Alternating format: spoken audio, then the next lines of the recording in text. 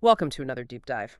Human ingenuity, especially in medicine, it often produces truly astounding breakthroughs. It really does. Case in point, over the last 3 decades, advancements in cancer care have actually led to a remarkable 33% reduction in mortality. Yes, huge. That's over 3.8 million lives saved. I mean, that's not just a statistic, right? That's millions of futures reimagined. It's an incredible testament to years of, well, dedicated research and innovation. Cancer is still one of our most complex global health challenges, definitely. Sure. But the sheer pace of discovery and, innovation we're seeing right now it's nothing short of revolutionary. Exactly. And that's our mission today. You've provided us with a fantastic stack of sources, articles, cutting-edge research, your own notes, covering everything from novel therapies and the incredible role of AI to groundbreaking diagnostic tools like liquid biopsies. Lots to unpack. Absolutely. So our goal is to unpack these sources for you, extract the most important insights, and, give you a shortcut to truly understanding the exciting future of cancer care. Think of it as a personalized briefing, tailored just for you. Sounds good. So with that remarkable progress in mind, let's maybe zoom out a bit first. Look at the broader picture of cancer's global impact and, well, why this innovation is so critical. Right. Because while that 33% reduction in mortality is fantastic news, really fantastic, we also have to acknowledge the immense persistent global burden. It's true. The progress is undeniable, but the challenge remains staggering. In 2022 alone, we saw 20 million new cancer cases. 20 million, wow. And 9.7 million deaths globally. And lung, breast, and colorectal cancers. They collectively accounted for like 2/3 of those. 2/3. Yeah. And on top of that, the economic cost. It's projected to hit an estimated $25.2 trillion from 2020 to 2050. Trillion. That's hard to even comprehend. It is. It's like an annual tax of 0.55% on the global GDP. Yeah. It really underscores why continuous innovation isn't just, a goal, but an urgent necessity. You mentioned that urgent necessity for new solutions. What specifically about the traditional treatments led to this big push for these innovative modalities? Well, traditional treatments like surgery, chemo, radiation, they're effective, absolutely, but they can face significant hurdles. Okay. A tumor might be inoperable, for instance, or chemotherapy can have systemic toxicity, meaning it affects healthy cells too, not just the cancer cells. Right, the side effects we always hear about. Exactly. And radiation also has challenges, delivering high doses without damaging healthy surrounding tissue.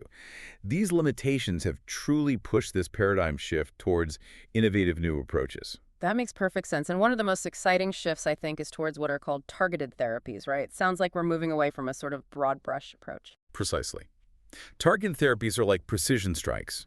The core idea is using drugs or substances that specifically attack cancer cells by identifying their unique vulnerability. Or weak spots. Yeah, exactly. While largely leaving healthy cells unharmed. It's about finding that specific Achilles heel of a cancer cell. And we've seen some incredible breakthroughs in this area just since, 2022.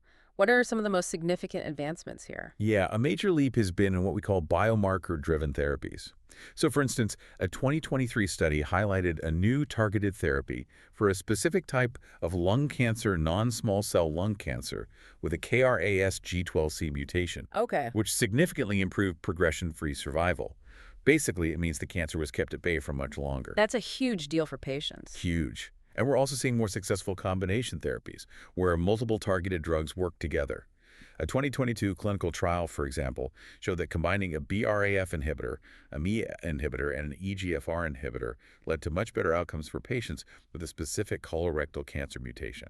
So hitting it from multiple angles. Exactly, hitting the cancer from multiple precise angles. That's fascinating. And it's not just about what's been approved. It's also about what's on the horizon. I mean, for a long time, mutations in genes like RAS, especially KRAS, they were considered almost impossible to target.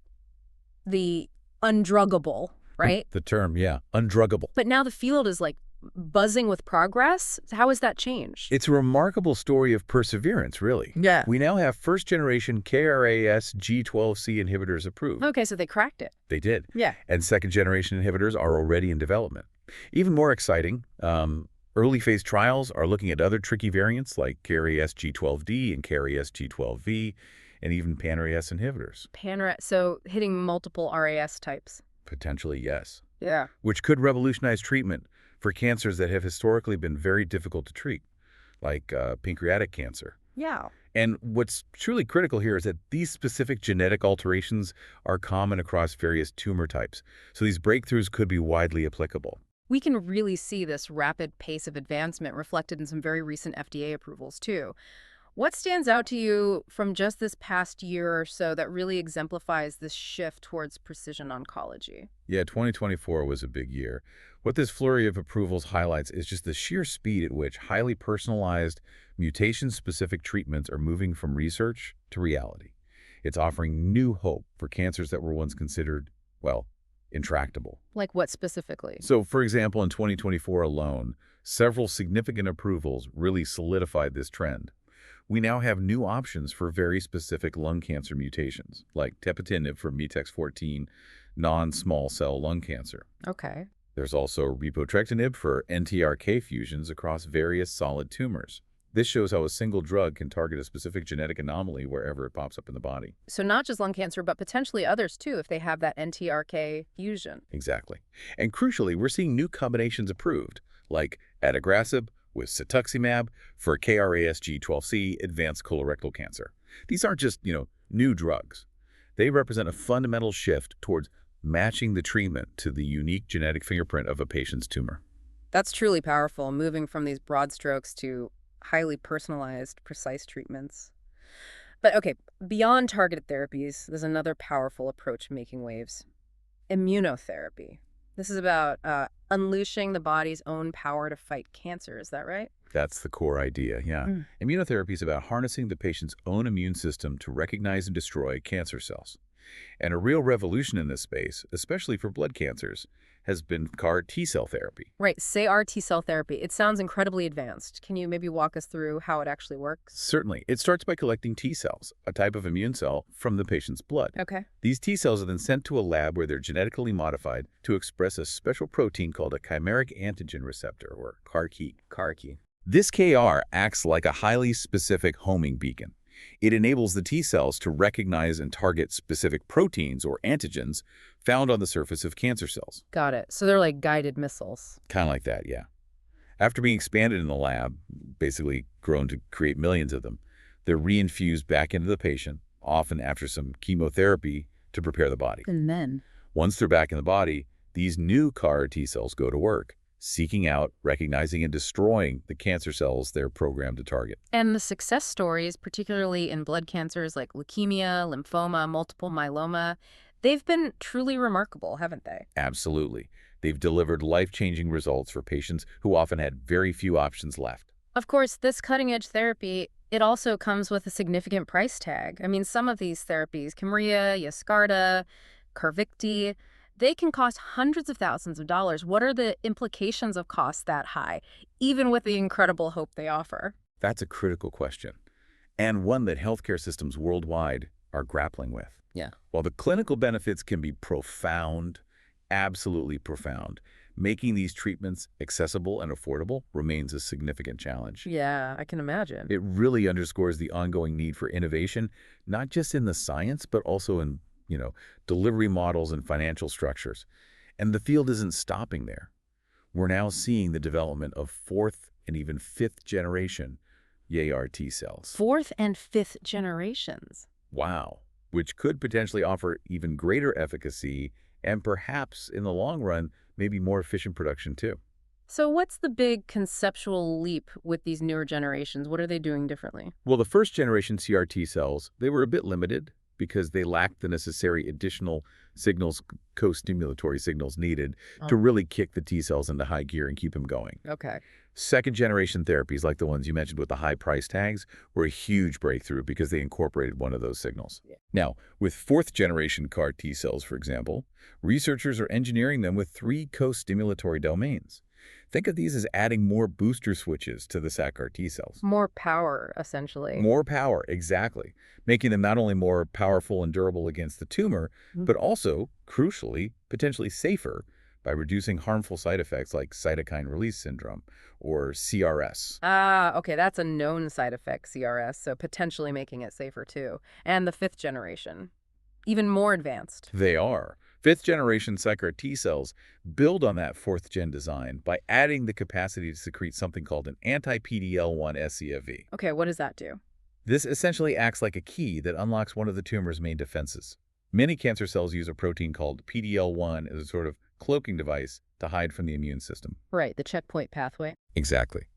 By secreting this anti-PD-L1 molecule, the SHAR T cells can basically disable that cloaking device on nearby cancer cells.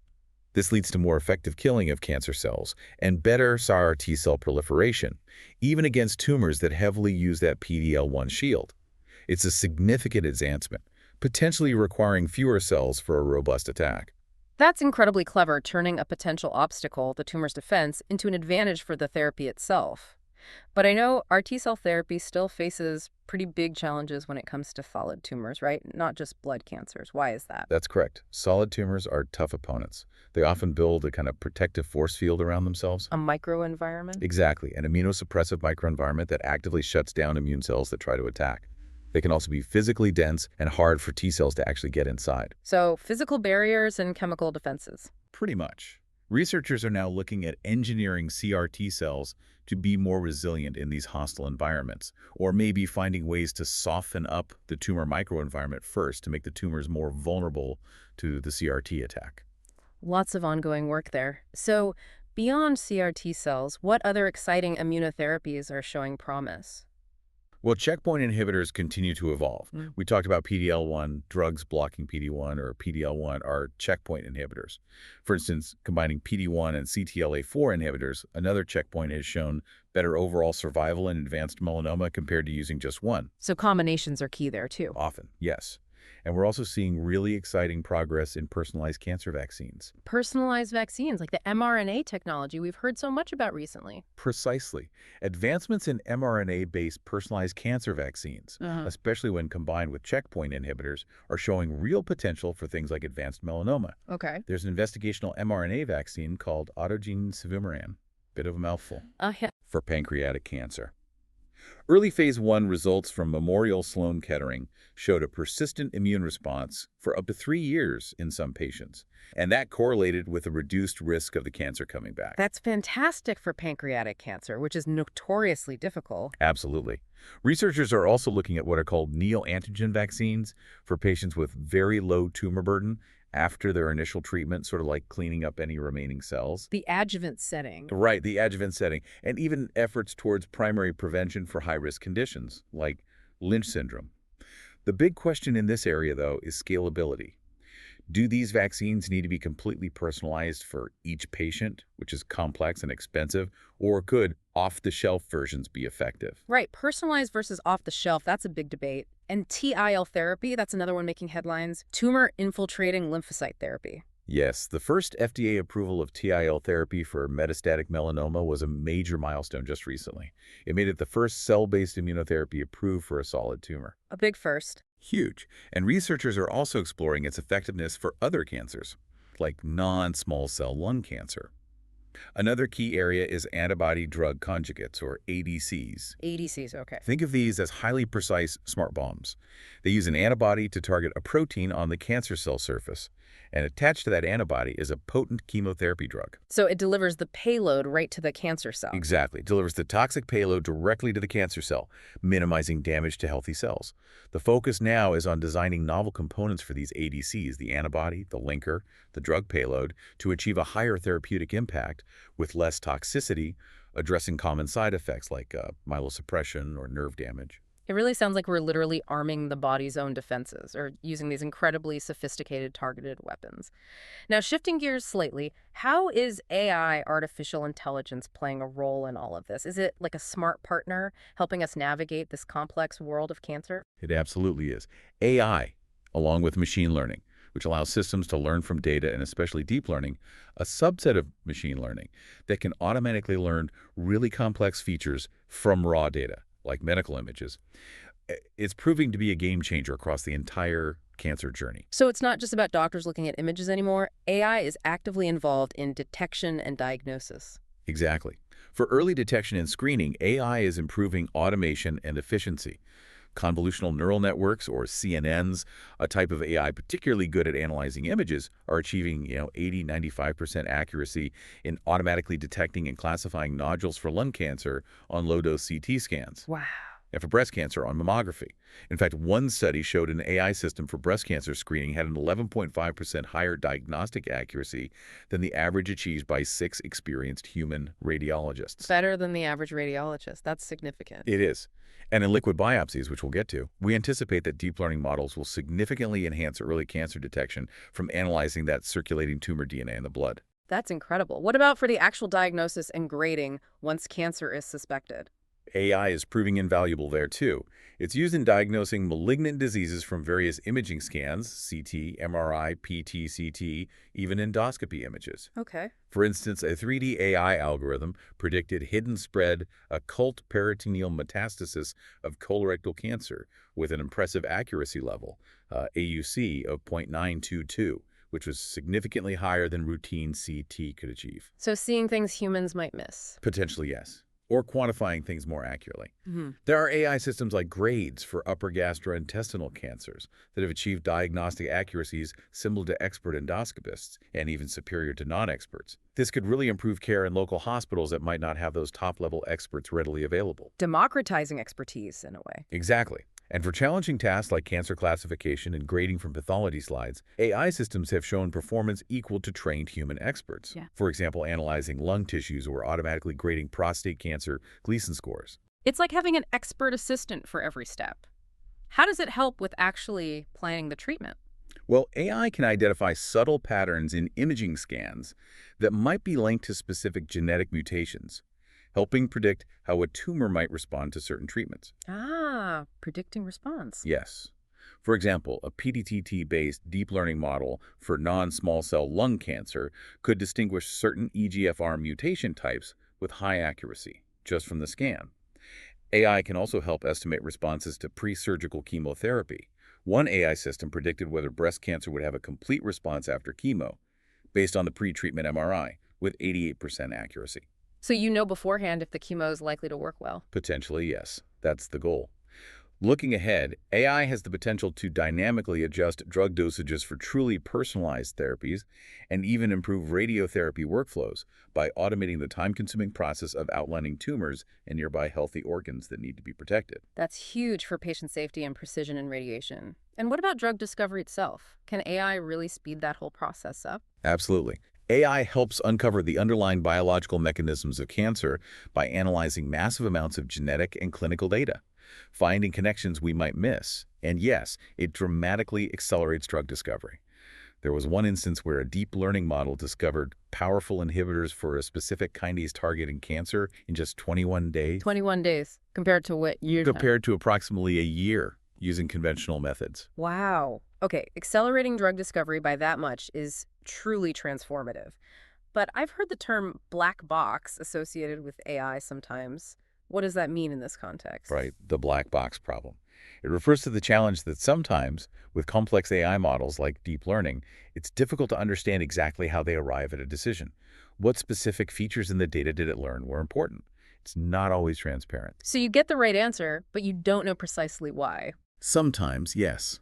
However, even with this challenge, the potential for AI and machine learning in areas like digital pathology, analyzing tissue samples digitally, is immense. It could help identify totally new predictive biomarkers or even novel targets for immunotherapy that we haven't even conceived of yet. That leads us perfectly into another incredible, exciting area, liquid biopsies. This truly feels like a new window into cancer, but it's also a term that can be a bit confusing, right? It's not just one thing. It isn't. Yeah, liquid biopsy is really an umbrella term. So it's important when you hear it to be clear about what the specific test is actually detecting. Is it circulating tumor cells or cancer-specific proteins or maybe DNA or RNA? And crucially, what's its intended clinical application? It's not just one test. It's really a family of tests. Okay, so what are the, say, 3 main applications we should be aware of? Right. First, there are the multi-cancer early detection tests, or MCED, sometimes called MCD tests. Okay, the early detection ones. These aim to indicate the likelihood that cancer is present somewhere in the body, potentially even before symptoms appear. While they're very promising, Their sensitivities, their ability to detect cancer when it's present, vary widely, maybe from 27% up to 95%, depending on the test and the cancer type and stage. That's a huge range. It is. And currently, no major medical societies or health organizations recommend the routine use for screening in the general population, and insurance coverage is still quite limited. The National Cancer Institute's Cancer Screening Research Network, CSRN, is evaluating these tests now, including a large Vanguard study enrolling up to 24,000 people. So still under investigation, really. Very much so. It really highlights the importance of having a careful, shared, decision-making conversation between doctors and patients about the role of these tests, their potential benefits, but also their limitations and uncertainties. That makes a lot of sense. Okay, what's the second key application then? The second major use is cancer biomarker tests, specifically using circulating tumor DNA, or ctDNA, shed from the tumor into the bloodstream. ctDNA, right. These are invaluable for identifying specific targetable genetic alterations in the tumor's DNA. This information can then guide treatment decisions. They often act as companion diagnostics to help select patients who are most likely to respond to particular targeted therapies we talked about earlier. So finding the right drug for the right mutation. Exactly. And the third way liquid biopsies are being used. The third application is monitoring disease progression, or what's called measurable residual disease, or MRD. MRD. These tests detect various cancer-related elements in the blood DNA, cells, proteins, to track the disease over time. They can help clinicians understand if a treatment is working, or perhaps detect if the cancer is starting to return after treatment, potentially much earlier than scans could. Okay, so early detection, guiding treatment, and monitoring. What are the big advantages of using these liquid biopsies in practice? Why opt for them? Well, one major advantage is complementary testing. It's not always either with tissue biopsies. Combining liquid and tissue biopsies can actually identify more patients with targetable alterations than either method alone. So using both gives a fuller picture. Often, yes. This approach can lead to a shorter time to diagnosis. It can reduce the need for potentially risky repeat tissue biopsies and improve overall mutation detection. This combined approach is even supported by clinical guidelines now for certain cancers, like non-small cell lung cancer. Okay. What else? Another huge benefit is speed. Liquid biopsies can often provide results in less than 7 days. Some multi-gene next-generation sequencing, or NGS tests on tissue, can take over 2 weeks. That time difference can be critical. It really can be, especially when rapid results are clinically important, or maybe when getting a traditional tissue biopsy isn't feasible or safe for the patient. And they can help find specific or even uncommon targets, you mentioned? Exactly. They're particularly useful for finding specific or sometimes uncommon targetable genomic alterations, things like BRCA12 mutations in ovarian or prostate cancer, or PIK3CA and ESR1 mutations in breast cancer, or rare NTRK and RDT fusions that can occur in various solid tumors. Finding those needles in the haystack. Kind of, yeah. And crucially, liquid biopsies can also detect resistance mutations. For example, when oncologists suspect a targeted therapy is starting to fail, a liquid biopsy might pick up a new mutation, like T7 or 9DM in EGFR-mutated lung cancer, or an ESR1 mutation in HR-positive breast cancer. That explains the resistance. So it tells you why the drug stopped working and maybe what to do next. Precisely. It allows for a quick pivot to a different, potentially more effective therapy. It sounds like an incredibly powerful tool, really changing practice. Are there any significant current limitations we should know about? Yes, there are still some limitations. For now, current liquid biopsies generally don't detect PD-L1 expression reliably. That's an important protein biomarker for deciding on certain immunotherapies. Okay. So traditional tissue testing usually remains the priority for checking PD-L1 levels. Also, insurance coverage can still be an issue sometimes, particularly if a tissue biopsy sample is readily available and adequate for testing. Right, the practicalities. Okay, it's clear that the advancements in treatment and diagnostics are just astounding. But as we start to wrap up, it's also important to look beyond the lab, isn't it? What about, holistic approaches and the broader future directions of cancer care? That's vital. We can't forget the foundations. While some cancer risk factors like age and inherited genetics are beyond our control, many others can be significantly reduced through healthy lifestyle choices. Diet, exercise, not smoking. Exactly. Plus, getting vaccinated for cancer-causing viruses like HPV and hepatitis B or C and maintaining regular age-appropriate screenings. Prevention remains an absolute cornerstone of cancer control. And I know there's a growing focus now on addressing disparities in cancer outcomes and also understanding previously understudied exposures. Absolutely. Research is ongoing into how complex factors, like, say, living in certain socioeconomic or ethnic enclaves, can impact outcomes differently.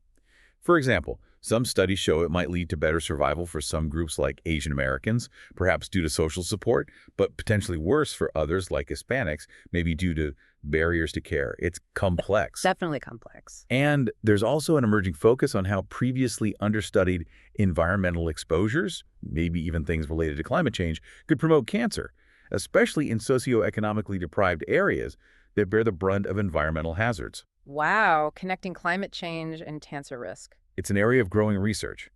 The field is increasingly recognizing and trying to study intersectionality, how multiple social identities like race, gender, socioeconomic status combine and interact to influence a person's cancer risk and their outcomes. It's not just one factor in isolation, but the interplay of many. A much more nuanced understanding of risk. So if you're looking ahead, crystal ball time perhaps, what are the key trends we should really keep an eye on in cancer research and treatment? Okay, well, one significant trend we're already seeing is moving successful drugs into earlier disease treatment settings, the adjuvant or neoadjuvant space. Before or after surgery, you mean? Exactly.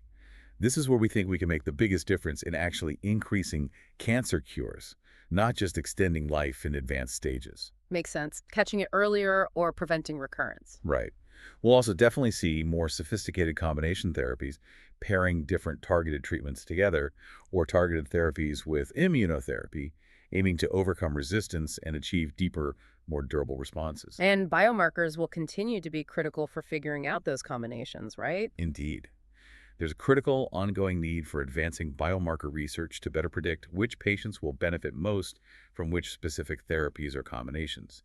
And alongside that, the relentless search for novel molecular targets within cancer cells and new immune checkpoints to target with immunotherapy. More targets, more options. Hopefully. Ultimately, the future of cancer care is moving steadily towards highly customized, truly personalized treatment strategies. Enabled by faster, cheaper genomic sequencing and powerful artificial intelligence, will increasingly be tailoring therapies to a patient's unique genetic makeup and the specific characteristics of their tumor. What an incredible deep dive. Seriously, we've covered so much ground.